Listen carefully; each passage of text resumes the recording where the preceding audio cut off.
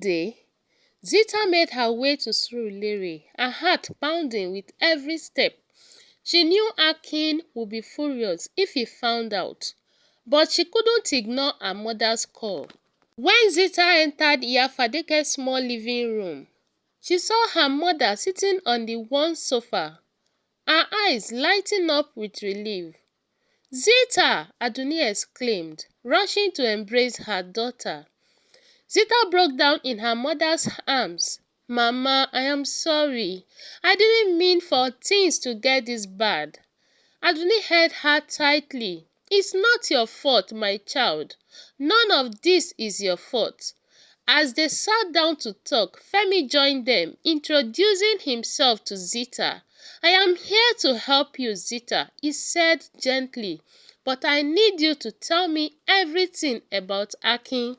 Akin paced back and forth in his lavish living room, his jaw clenched in frustration.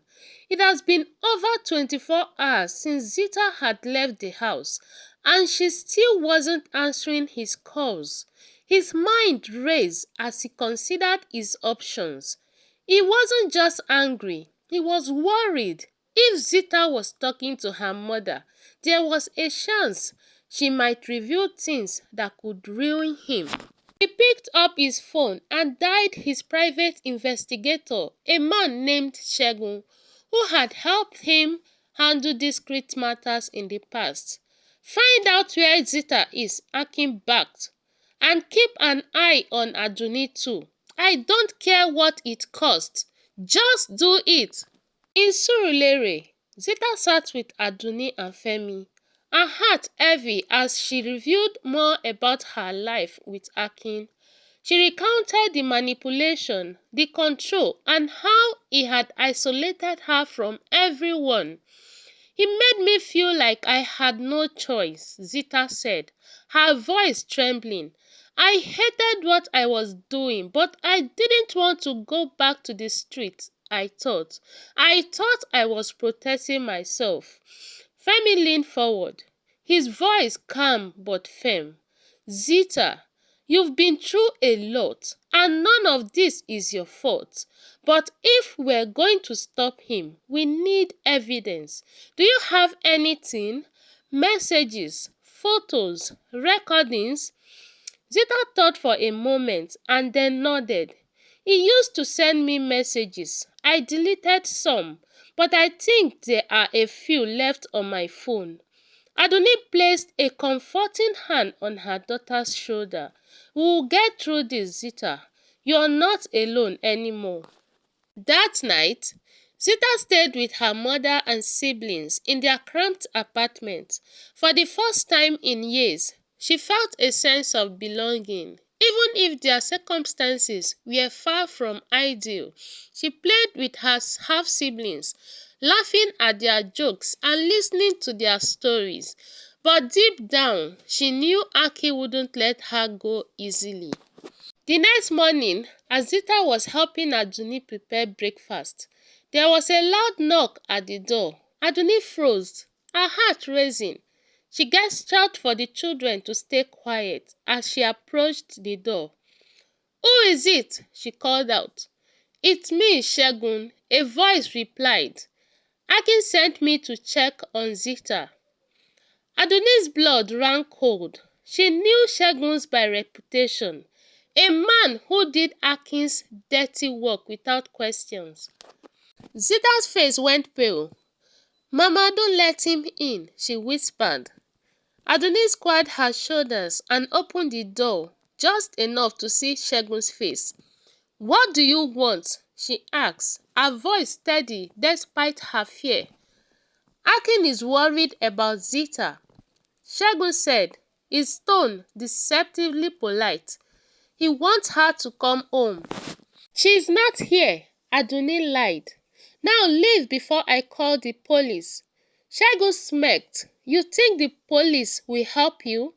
You're up against Akin. Don't make this harder than it is already." Adunni slammed the door in his face and locked it. She turned to Zita, who was trembling. "We need to act fast," she said. "It's only a matter of time before he finds us." Femi arrived later that day with good news. He had gone through Zita's phone and found incriminating messages from Akin, proof of his manipulation and abuse. He also had a contact at a women's rights organization that could provide legal and emotional support for Zita. "This is enough to start building a case," Femi said. "But we need to go public. Once this story is out, Akin wouldn't be able to touch you." Adunni hesitated. "What if he retaliates? He's powerful. Femi, he could ruin us." Femi nodded. "That's a risk. But staying silent gives him more power. We need to expose him for who he really is." Later that evening, Zita made the toughest decision of her life. "I'll do it," she said, her voice steady. "I'll tell my story." Femi arranged for Zita to meet with his journalist friend, Ngozi, who specializes in investigative reporting. Ngozi listened intently as Zita recounted everything, from the moment she moved into Akin's mansion to the day she decided to leave. "This is a powerful story," Ngozi said. "It will shake Lagos to its core, but you need to be prepared for backlash. Akin won't go down without a fight." Zita nodded. "I just want my life back. I want to feel free again." While Zita worked with Ngozi and Femi to prepare her story, Akin grew more desperate.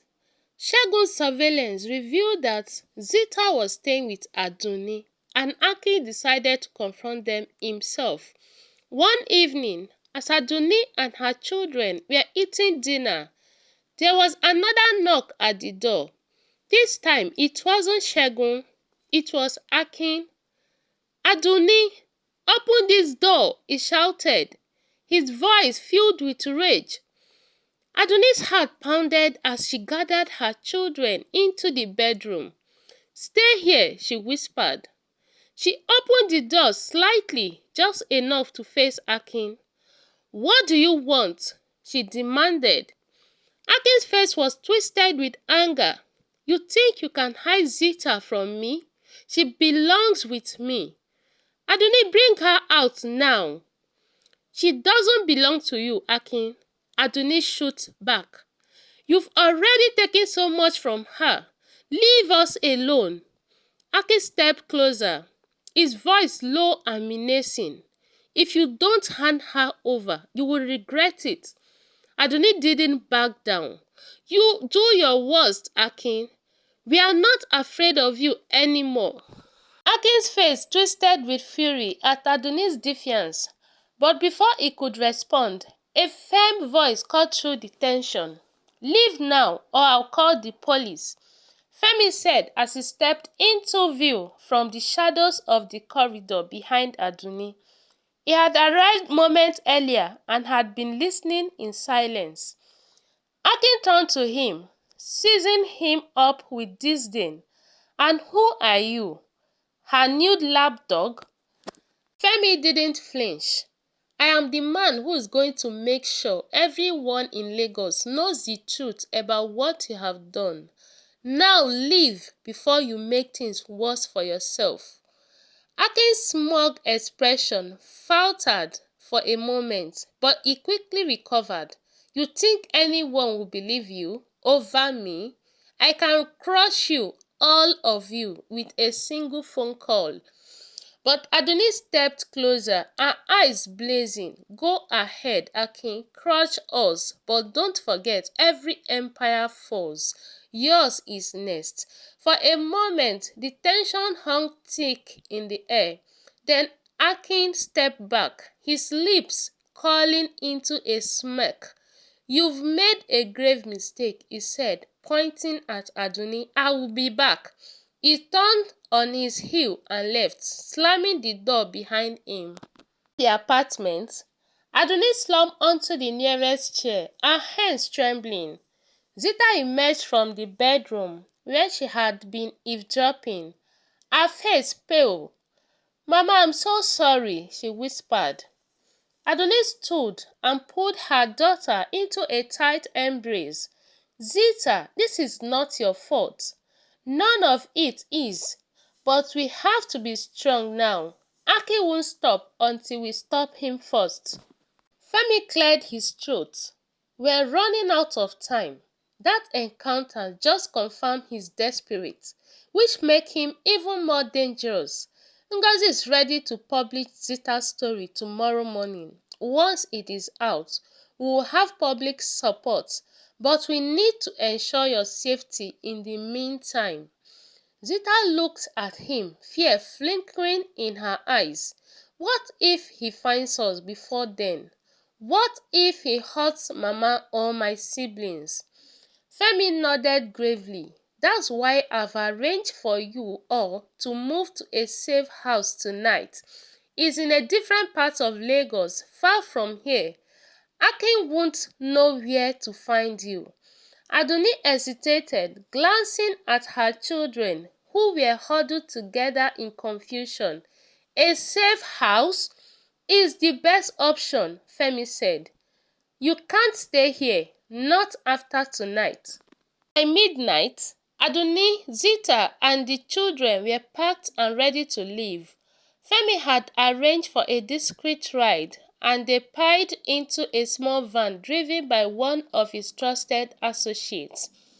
As they drove through the dark streets of Lagos, Adunni couldn't shake the feeling of dread that lingered in the pit of her stomach. The safe house was located in a quiet neighborhood on the outskirts of the city. It was a modest bungalow, but it felt like a fortress compared to the vulnerability of their old apartment. "This will be home for a while," Femi said as they entered. "Ngozi and I will check in regularly. The story goes live at dawn, and after that we'll assess the fallout." Meanwhile, back in Ikoyi, Akin was on the phone with one of his most powerful allies, Chief Ajala, a political kingmaker, known for his ability to manipulate the media and silence dissent. "Chief, I need this story killed before it sees the light of the day," Akin said, pacing his study. "It's an outright fabrication. They are trying to destroy me." Chief Ajala was silent for a moment before responding. "Akin, you've been careless. These kind of stories don't just disappear, especially when a journalist like Ngozi is involved. She's relentless." "Then make her stop," Akin back. "You have the connections. Pay her off if you have to." Chief Ajala sighed. "I'll see what I can do, but you need to prepare for the worst. If this goes public, it wouldn't just be your reputation online. Your business, your partnerships, they'll all be at risk." Akin clenched his fist. "Just handle it, Chief. I'll take care of the rest." As he ended the call, his mind raced. If the media couldn't be silenced, he would have to deal with Adunni and Zita another way. Hello story lovers, watch out for the continuation and the final part of this story to find out if Chief Ajala will be able to silence the media or if Adunni will get justice for her daughter. But please don't forget to subscribe, like and comment where you're watching from. But if you're a returning subscriber, thank you so much for your constant support. I don't take it for granted. See you in our next video. Bye for now.